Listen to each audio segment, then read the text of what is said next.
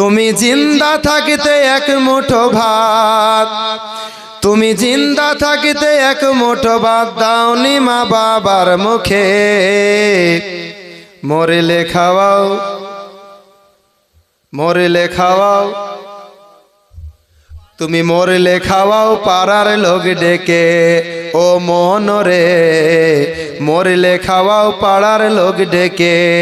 তুমি জিন্দা থাকিতে এক মুঠো ভাত, তুমি জিন্দা থাকিতে এক মুঠো ভাত দাওনি মা বাবার মুখে, মরিলে খাওয়াও পাড়ার লোক ডেকে, ও মনরে মরিলে খাওয়াও পাড়ার লোক ডেকে। মাসে মাসে টাকা কড়ি ব্যাংকে রাখো জমা, আর বাড়ি বাড়ি ভিক্ষা করে তোমার মা বাবা, ভাইরে তোমার মা বাবা। ঠিক নয়? এই জোরে বলেন না ঠিক নয়, আরো আস্তে বলেন ঠিক, আরো আস্তে ঠিক, শেষবারে বলেন আস্তে ঠিক। মাসে মাসে টাকা কড়ি ব্যাংকে রাখো জমা, আর বাড়ি বাড়ি ভিক্ষা করে তোমার মা বাবা, ভাইরে তোমার বাবা। তোমার বইয়ের হাতে সোনার বালা, তোমার বইয়ের হাতে সোনার বালা, দিন কাটে কত সুখে, মরিলে খাওয়াও পাড়ার লোক ডেকে, ও মোহনরে মরিলে খাওয়াও পাড়ার লোক ডেকে। তুমি জিন্দা থাকিতে এক মুঠো ভাত, তুমি জিন্দা থাকিতে এক মুঠো ভাত দাওনি মা বাবার মুখে, মরিলে খাওয়াও পাড়ার লোক ডেকে, ও মোহনরে মরিলে খাওয়াও পাড়ার লোক ডেকে। ঠিক নয়? জোরে বলেন না জি। 100 টাকা আলহামদুলিল্লাহ, এটাও কিন্তু ছোট নয়। এটা কি ছোট? এই ছোট, আহা এটাও ছোট নয়। ভেবে নিয়েন না বাবারা 100 টাকা মানে ছোট না, 100 টাকাতে 2 প্লেট চাউমিন হবে, ছোট ভেবে নিয়েন না। হ্যাঁ 100 টাকার 8 দুগুণ 16, মোটামুটি 10টা ইট হবে। কটা ইট হবে? 10টা ইট হবে। ছোট হলো? ছোট হলো? তখন 100 করে দেন দেখি ছোট হলো। যদি কারো মনে হয় ছোট তো 100 করে দেন। 100 জন 100 দিলে কত হবে গো? অঙ্ক তো আপনারা বলেন। আচ্ছা 100 জন যদি 100 করে দেয় কত হবে? কত হবে জি? আচ্ছা টাকা নেবেন কি আপনি? আচ্ছা টাকা নেবেন আপনারা? টাকা নেবেন কি? নিতে চান? এক কাজ করেন, একটা চাদর নিয়ে মাদের কাছে চলে যান। যান যান যান, নিবেন কি? তা দুজনকে পাঠান হুজুর। তা মেয়েকে বলেন, দুটো মেয়েকে বলেন ওরা ঘুরবে। একবার বলে দেন যে চাদরটা আমার কাছে নিয়ে আসেন, পরে গুনবো আমি। আসসালামু আলাইকুম। মহিলা ভলান্টিয়ারের দায়িত্বে যাদের রাখা আছে তাদের কাছে আমার করজোড়ে অনুরোধ, আপনারা একটু চাদর নিয়ে মা বোনেদের কাছে আরেকবার যান। আমাদের হুজুর সাহেব বলেছেন, হুজুর সাহেবের আবদারটা রাখেন। আপনাদের কাছে আমার করজোড়ে অনুরোধ, হুজুর সাহেবের কথা রাখার জন্য আপনারা চাদর নিয়ে মা বোনেদের কাছে আরেকবার যান, এবং হুজুর সাহেব বলেছেন সেই পয়সাটা আরেকবার তিনি গুনে দেখবেন কতটা আসছে। মা বোনেদের অন্তর কতটা বড় সেটাই কিন্তু প্রমাণ করতে চাইছেন। অ্যাকচুয়ালি মা বোনদেরকে হুজুর সাহেব একটু বড় করার চেষ্টা করছেন। হ্যাঁ, তো হুজুর সাহেবকে অপমান করিয়েন না, আপনারা একটু সহযোগিতার হাত বাড়িয়ে দেন। অপমান কি গো হুজুর? দেখেন আমার মন বলছে আমি চাইব আর মা বোনেরা দিবে না, এটা হতে পারে? ওরা শুধু সুবহানাল্লাহ জোরে বলছে তাই না, আসতে বলছে তাই না। আমি যদি হুকুম দিই এরা স্টেজ ফাটিয়ে দেবে। কি আপনাদের গলা কি আছে? ওরা স্টেজ ফাটিয়ে দেবে, পারবে না? এই ওদের গলা নাই, গলা নাই জি। একবার নবীর সামনে দরুদ পড়বেন না? দরুদ পড়েন, আল্লাহুম্মা, দরুদ পড়ে একবার পড়েন, আল্লাহুম্মা সাল্লি আলা সাইয়্যিদিনা মাওলানা মুহাম্মদ ওয়া আলা আলি সাইয়্যিদিনা।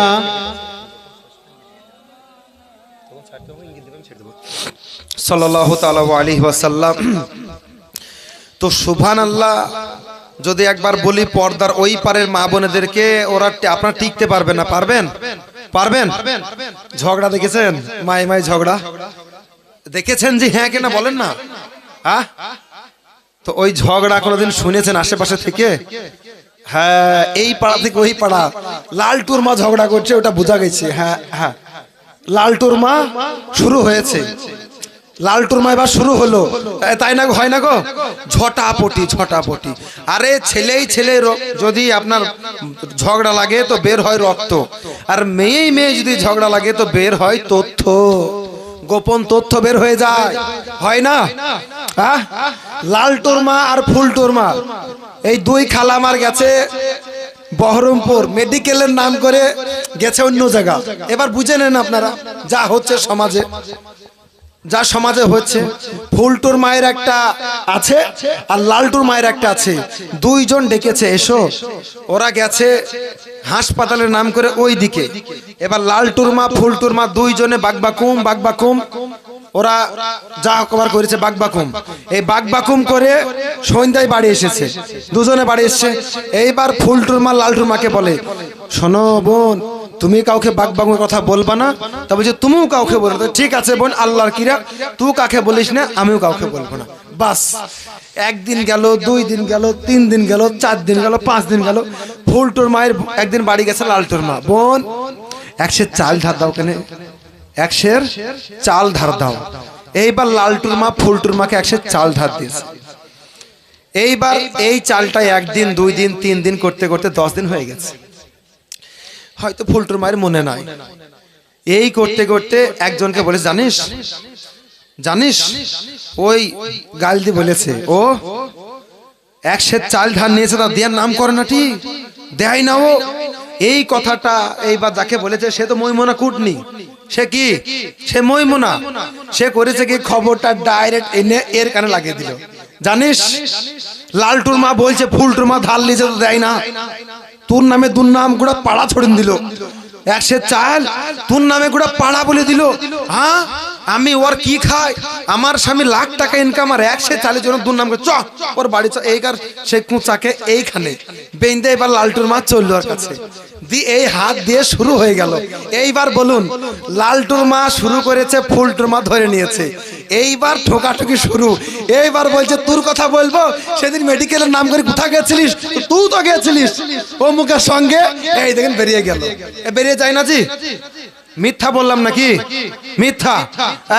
তুই গেছিলিস, তুই তো গেছিলিস। মা দুইজন তো উদাম হয়ে গেল, বাকি খবর সবাই জেনে গেল। মা বোনদের দুর্নাম করা যাবে না, ওইদিকে আবার গেছে, চাদর গেছে, নারা দিবে। শোনেন, মাইদের নামে একটা গজল শেষে শোনাবো আপনাদেরকে, এখন নয়, টাকাটা দেখ আগে, এখন দিলে হবে না। আলী মাইনুল হকের ছেলে, যোগ্য বাপের যোগ্য সন্তান, 5000 টাকা, জোরে বলেন আলহামদুলিল্লাহ। সেরাজুল ইসলাম 5 বস্তা সিমেন্ট। আচ্ছা বলুন তো, আপনার সাক্ষী আছেন, আমি টাকা চেয়েছি কাউকে, এই টাকা চেয়েছি জি, অটোমেটিক টাকা আসছে, অটোমেটিক। এটাই তো আল্লাহর কি, আল্লাহর কি গো, রহমত। তার মানে বুঝতে পারা যাচ্ছে মুসলমান, আপনাদের অন্তরে নবীর ভালোবাসা, নবীর প্রেম মহব্বত অবশ্যই আছে, আল্লাহ রাসূলের প্রেম ভালোবাসা অবশ্যই আছে। আপনারা যে আল্লাহর খাস বান্দা, খাস বান্দি, তার প্রমাণ টাকার মাধ্যমে দিচ্ছেন। নাই চাইতেই বৃষ্টি, এই যে চাইলে কি হতো, আমি আর চাইব না বাবা, চাইলে হয়তো মা বোনেরা কানে দুল দিয়ে দিবে, না আর দুল নেব না, আপনারা 1000 টাকা করে দিয়েন, 100 মা যদি 1000 করে দেয় কত হয় গো? আমি আবার অঙ্ক একটু কাঁচা, কত বুঝো, 1 লাখ নাকি, 1 লাখ টাকা হয়। যাই হোক, মা বোনেদের চাদর গেছে, আসুক, ওই চাদরটা গণনা করা হবে। এই প্যারে মুসলমান, আমি আপনাদেরকে যেটা বলতে চাইছি, এই যে এইখানে দান ধ্যান যেটাই করছেন, কাল কিয়ামতের মাঠে পাবেন না জি, পাবেন না, পাবেন না, অবশ্যই পাবেন। যদি কেউ মনে করেন পাবো না, তাহলে আমি বলবো তার ঈমান নেই, তার ভিতরে কি নেই। কেন? কারণ কিয়ামতের মাঠে বিশ্বাস করা, এর নামও ঈমান। জোরে বলেন, ঈমান কাকে বলে? বিশ্বাসের নাম ঈমান নয়, বিশ্বাসের নামই তো ঈমান গো, তাই না? হ্যাঁ না, ঈমান দেখা যায়, ধরা যায়, টাচ করা যায়, কিছু করা যায়। বিশ্বাস, বিশ্বাস, যার বিশ্বাস নাই তার, আপনাদের কথা আমার কথা নয়, যার বিশ্বাস নাই তার এই মুসলমান, বিশ্বাস, দৃঢ় বিশ্বাস অন্তরের মধ্যে রাখতে হবে। এই যে ধরুন, এই যে যাই আছেন, যে মানুষগুলো আছেন, হক কথা বলেন তো। আপনাদেরকে আমি এইখানে বলেছি জলসার শেষে আপনাদেরকে পালায়েন না, 1000 করে আমার তরফ থেকে টাকা দেবো বলেছি কি? বলেছি নাকি? দেখেন আবার জমি বিক্রি করায়েন না, বলেছে কি না? ইয়া বলিনি, কিন্তু এটা বলিনি, রেকর্ডিং হচ্ছে, এসব কিছু বলিনি। কেন বসে আছেন তাহলে? কেন বসে আছেন? গভীর রাত্রি, এই যে ধরুন এখন সময় হয়ে গেল 12:54, আপনাদের খবরই নেই। 12:54 বাজছে, কাউকে বলা হয়েছে যে এখানে 1000 করে দেওয়া হবে, আপনারা বসেন, বলা হয়েছে? কেন বসে আছেন? ঘুম আসছে না? চোখে ঘুম লাগছে না? না, মিথ্যা কথা। চোখে ঘুম আসছে, কষ্ট হচ্ছে, বেদনাও মনে মনে জাগছে। যেহেতু আমরা মানুষ, তারপরে আমরা কেন বসে আছি? আল্লাহ আল্লাহ রসুলকে রাজি খুশি করার জন্য। জোরে বলেন না সুবহানাল্লাহ। এই মুসলমান শোনেন, আমরা এখানে বসে আছি, আমার আল্লাহ দেখছে না? আল্লাহ দেখছে না? কে কে বসে আছে আল্লাহ দেখছে না? আল্লাহ দেখছে না? এই আমি আপনাদেরকে বলি শোনেন, আপনারা কোন জায়গার মধ্যে বসে আছেন কল্পনা করতে পারছেন না। কোন পজিশনে বসে আছেন ভাবতে পারছেন না, বুঝতে পারছেন না। হয়তো মনে করছেন উপরে শামিয়ানা আছে, নিচে বসার জন্য চাটাই বিছানো আছে, এটা তো একটা জমি, এখানে কালকেও বসেছিলাম, পরশু বসেছিলাম, আজকেও বসেছি, যেমন কালকে বসেছিলাম ঠিক আজকেও বসে আছি, সমান সমান বসা। আমি বলবো না না মুসলমান, আপনি হয়তো বুঝতে পারছেন না আপনি কোন জায়গার মধ্যে বসে আছেন, আপনি হয়তো বুঝতে পারছেন না আপনি কোন পজিশনের মধ্যে বসে আছেন, আপনি হয়তো বুঝতে পারছেন না আপনি কোন মাহফিলের মধ্যে বসে আছেন। রাত্রিতে ঘুমকে কামাই করে, ঘুমকে হারাম করে, নিদ্রাকে বাদ দিয়ে, দুঃখ কষ্ট সহ্য করে, ঘুম ঘুম চোখ নিয়ে আপনি যে জায়গার মধ্যে বসে আছেন, সেই জায়গাটা অন্য কোনো জায়গা নয়, পৃথিবীর কোনো মঞ্চ নয়, সামান্য কোনো জায়গা নয়, তুচ্ছ কোনো জায়গা নয়। এই জায়গাটা হলো রিয়াজুল জান্নাত। জোরে বলেন সুবহানাল্লাহ। কোন জায়গা? এই কোন জায়গা? রিয়াজুল জান্নাত। এটা যেন তেন জায়গা নয়। কেন?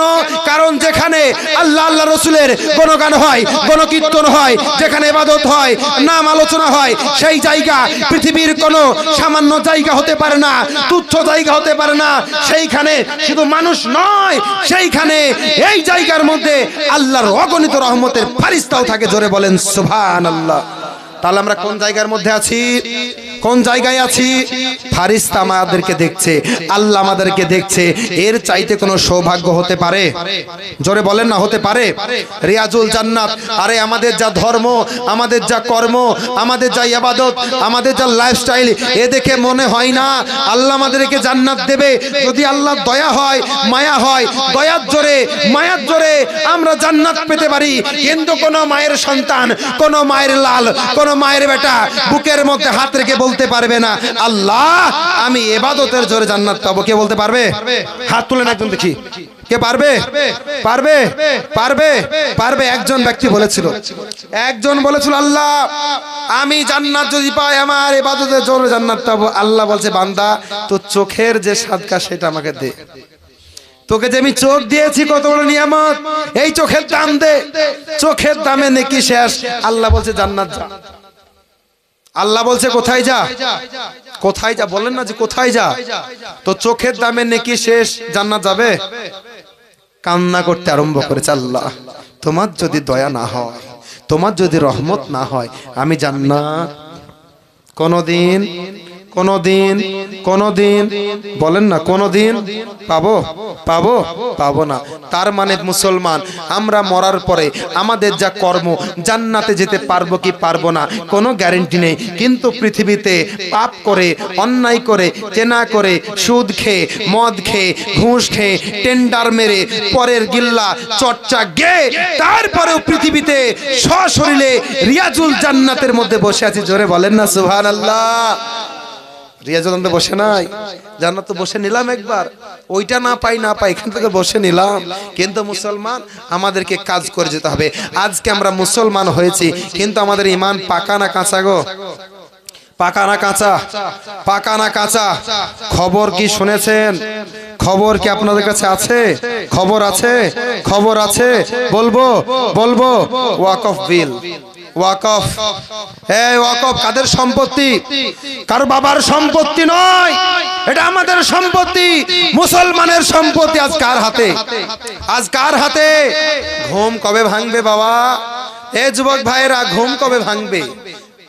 বাবরি মসজিদ চলে গেল, ঘুম ভাঙার দরকার নাই, ঘুমিয়ে থাকো। সম্বলে মসজিদ চলে গেল, ঘুমিয়ে থাকো। খবর নিয়েছেন কালকে পরশু বিল পাশ হলো, আজকে আপনার উত্তর প্রদেশে ফতেপুরে আপনার 20 একর কবরস্থান, 300 বছর কবরস্থানকে বুলডোজার চালিয়ে যোগী সরকার দখল করে নিল। খবর আছে?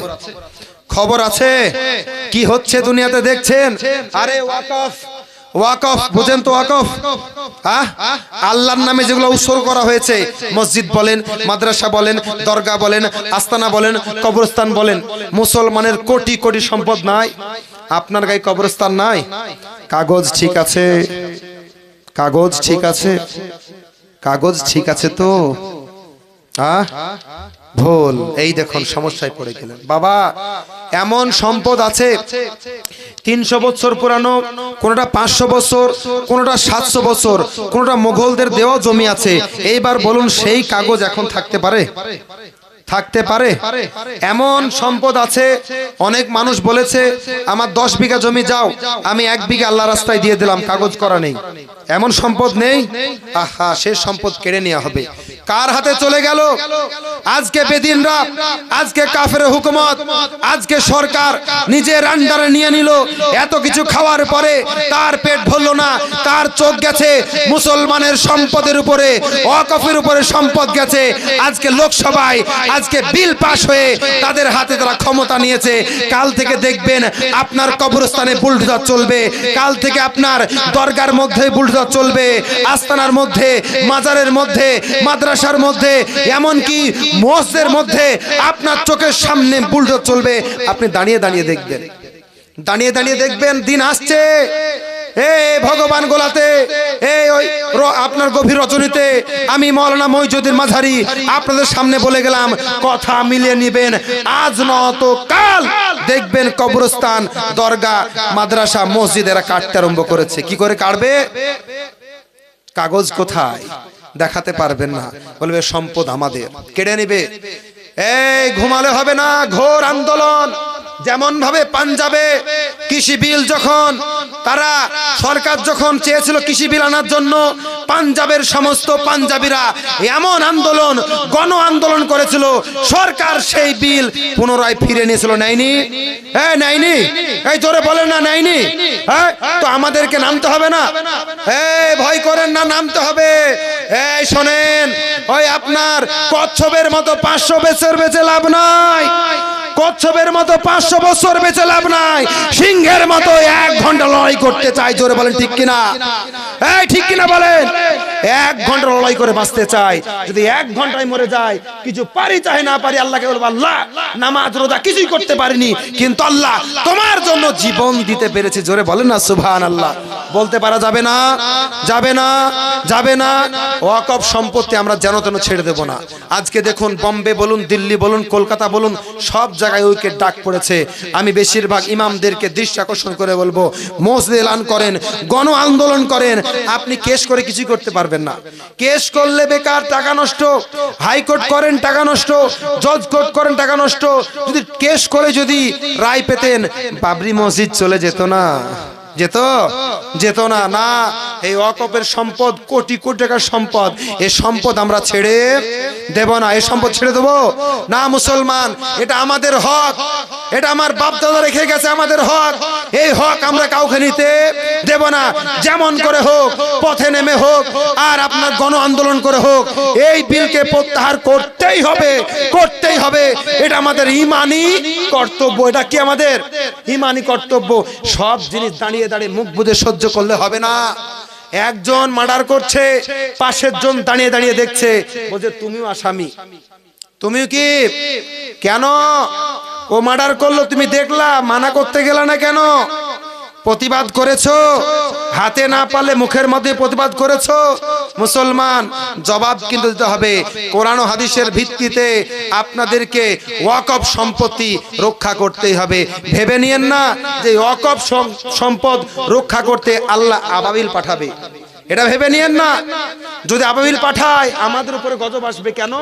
আমাদের শরীরে ক্ষমতা আছে, শক্তি আছে, আইনত লড়ার মতো আমাদের ক্ষমতা আছে, কাগজ কলমে লড়তে পারবো। বাড়তে বসে থাকলে হবে? হ্যাঁ হবে জি। মুসলমান, পেয়ারে মুসলমান, তাই আমরা চেষ্টা করব ওয়াকফ বিল সরকারকে আবার পুনরায় ফিরে নিতেই হবে, না হলে আমরা এই আন্দোলন চালিয়ে যাব যতক্ষণ পর্যন্ত এই আন্দোলন প্রত্যাহার না হবে, বিল প্রত্যাহার না হবে। আন্দোলন চালিয়ে যেতে আপনারা রাজি আছেন তো?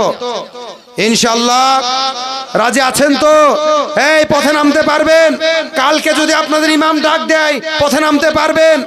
এই আন্দোলনের বিরুদ্ধে যদি কালকে আলেম সমাজ ডাক দেয় যে পথে নামতে হবে, বহরমপুর মার্কেটে নামতে হবে, আন্দোলনে ওয়াকফের সম্পদের খাতিরে নামতে পারবেন? নামতে পারবেন? নামতে পারবেন? বলেন ইনশাআল্লাহ, বলেন ইনশাআল্লাহ, জোরে বলেন না জি ইনশাআল্লাহ। ইনশাআল্লাহ বলেন হুজুর। নার্গিস বিবি লক্ষ্মীর ভান্ডার মনে হয় তাহলে। এই দেখুন লেন 785 মেয়েদের কাছ থেকে সেই চাদরটা এসেছে নাকি? কত টাকা? 700। ভাবলাম হয়তো একটু মোটা দিকে, ডোজ একটু বেশি হয়ে গেল নাকি মেয়েদের দিকে গো।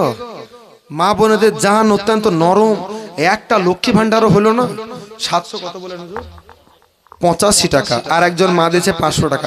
যাই হোক, আরো দোয়া চাইবো আল্লাহ রাব্বুল আলামিন জানো এবছর না পারো সামনে আবার হবে নাকি কোনো বছর, যাই হোক সামনে বার না হয়, যদি কোনো বছর এখানে জালসা হয়, আল্লাহ তুমি মা বোনেদের হাতকে লম্বা লম্বা লম্বা আল্লাহ 10,000 টাকার মতো লম্বা করে দিও। জোরে বলেন আমিন। তাই না? মেয়েদের কাছে মেলাটা কাছে, আপনারা জানেন না? মেয়েদের এখন ফান্ডিং লক্ষ্মীর ভান্ডার, আর তারপরে রূপশ্রী, যুবশ্রী, কন্যাশ্রী, তারপরে আবার স্বামীশ্রী। স্বামীশ্রী বুঝেন? হ্যাঁ স্বামীশ্রীও আছে। হ্যাঁ যুবশ্রী, কন্যাশ্রী, লক্ষ্মীর ভান্ডার, তারপরে স্বামীশ্রীও আছে। স্বামীর কাছ থেকে বাগাইছি গো, পকেটের মাল যায় কোথা? লালটুর মা টাকা গেল কোথা? হ্যাঁ তুমি কোথা ফেলে দিয়েছো? নামুনির মনে নাই, আমাকে জিজ্ঞাসা করছি। সামলে দিয়েছে। কি করেছে? সামলে দিয়েছে। ডিম বেচা টাকা কার কাছে যায়? ডিম বেচা টাকা, এই ডিম বেচা টাকা কার কাছে যায় গো? স্বামীর কাছে যায়। মুরগি বেচা টাকা, মরগ বেচা, হাঁস বেচা কার কাছে যায় জি? হ্যাঁ ওদের ফান্ডিং আছে। তো স্বামী স্ত্রী থেকেও টাকা মা বোনেরা আপনাদের একটু কম কম এসেছে, এরকম করলে তো হবে না, টাকা বেশি বেশি দিতে হবে। এই প্যারে মুসলমান, আমাদেরকে চেষ্টা রাখতে হবে সব সময় যে আমরা শুনবো কম, আমল করব কি? আমল করব বেশি। আর আমাদেরকে চেষ্টা করতে হবে সুদ থেকে বেঁচে থাকতে হবে।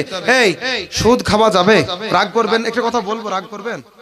সুদ সুদ এই সুদের বিরুদ্ধে আমাকে বলতেই হবে, না বললে আমার গোনা হবে জি গো। না বললে কি হবে? গোনা হবে। সুদ খাওয়া চলবে? সুদ, এই সুদ খাওয়া চলবে? এবার শুনুন তো একটু কথা বলে আপনাদেরকে। এই সুদ খাওয়া চলবে? চলবে? চলবে। আচ্ছা কথা কেউ মাইন্ড নেবেন না, ডোন্ট মাইন্ড, জাস্ট এক্সাম্পল। আমি একটা কথা বলছি, কেউ মাইন্ডে নেবেন না। আগে থেকেই সরি, দুঃখিত, ক্ষমা চেয়ে নিলাম, ক্ষমা করে দিবেন। কাউকে আমি 1 লাখ টাকা দিলাম, ঠিক আছে এই একটা কথা বলছি, 1 লাখ টাকা দেব। কোন যুবক, কোন মানুষ 1 লাখ টাকার বিনিময়ে কেউ কারো মায়ের সঙ্গে শুতে পারবে? পারবে? পড়েন না আস্তাগফিরুল্লাহ। হ্যাঁ আস্তাগফিরুল্লাহ। কেউ পারবে? পারবে না। দেখবেন সেই কাজ হচ্ছে, দেখবেন দেখবেন। আমি টাকা বললাম, আপনি বলেন আস্তাগফিরুল্লাহ, তওবা তওবা তওবা তওবা, তানাউযুবিল্লাহ মিন যালিক, তওবা তওবা তওবা করলেন, ঠিক আছে মাশাআল্লাহ, খুব ভালো। আচ্ছা বাবা, সুদ খাওয়া আর মায়ের সঙ্গে জেনা করা সমান নয়? সমান নয়? তার থেকেও কি, এই তার থেকে ওই দেখেন আপনাদের ইমাম সাহেব নাকি আপনি? এই দেখেন জিজ্ঞাসা করে নেবেন, আমি চলে যাব জুমাতে, জিজ্ঞাসা করবেন যে হুজুর যেটা বলেছে সত্য না মিথ্যা। আমি তো একটু রেঞ্জ কম করে বললাম, হুজুর জানে রেঞ্জটা কত বেশি, বেশি দূর গেলাম না। সুদ খাওয়া আর নিজের মায়ের সঙ্গে জেনা করা সমান। এই কি, এই সমান কি বলেন? এই সমান। এই সুদ খাওয়া হারাম, সুদ দেওয়াও হারাম, সুদ নেওয়াও হারাম, সুদের কাগজে সই করা হারাম, সুদের টাকাতে সাক্ষী থাকাও। জোরে বলেন না জি, এই জোরে বলেন। হারাম কাজ হারাম, যেটা হারাম সেটা হারাম। হারামের ধারে ধারে পাশে থাকাও কি, ধারে পাশে থাকাও হারাম। এই কাজ মুসলমান করতে পারে? জোরে বলেন না, করতে পারে জি? না না না। আজকে দেখুন যারা সুদ খায়, একটা জিনিস আমার কথার সঙ্গে মিলিয়ে নেবেন, যারা সুদ খাচ্ছে, আমি না জানলেও আপনার গ্রামের মানুষ আপনারা বুঝতে পারবেন, যারা সুদ খায় দেখবেন সুদখোর ব্যক্তি যখন মারা যায় বেঈমানের মতো মারা যায়, মালাউনের মতো মারা যায়। আর সুদখোর ব্যক্তি বেঈমান হয়ে মারা গেল কি করে বুঝবেন?